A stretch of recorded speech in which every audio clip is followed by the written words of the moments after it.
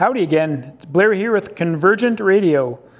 Get lots of questions about using a cigarette lighter plug or cig plug or a power point in different vehicles.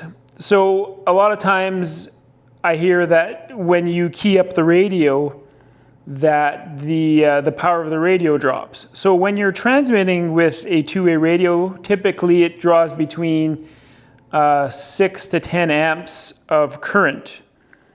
And most cig plugs can supply that. Some of the ones that have smaller wires going to them, they may not handle the current.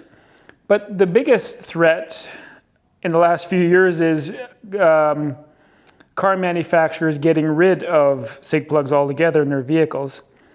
GM a few years ago, they got rid of their cig plugs and they figured that no one needs them. And they just have a USB Type-C. If you look on Amazon and places online, they have USB Type-C adapters to female cig plug.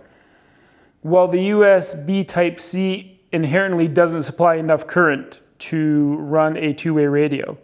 So although you may plug it in and the radio turns on, when you key it up, it will shut off. And that's a telltale sign that the supply does not have enough current. The only other option is to use the AC adapter. So essentially this would get plugged into your AC outlet on your inverter in your truck, which the GMs that omitted the cig plug have a AC inverter in them.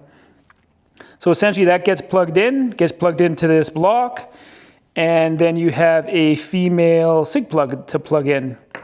This typically, there's all different, they may look the same, but you want to get one that has at least 10 amps of output power on 12 volts. The one we have in stock, they have 10 amps. You may see some of them online that are 5 amps, and that's also not going to work for you. So just kind of a quick overview of the issues going forward with cig plugs in vehicles. If you have any questions, reach out to me. I'll be sure to answer. You can text, call, email, web chat, whatever you want. I'm always here available to answer questions.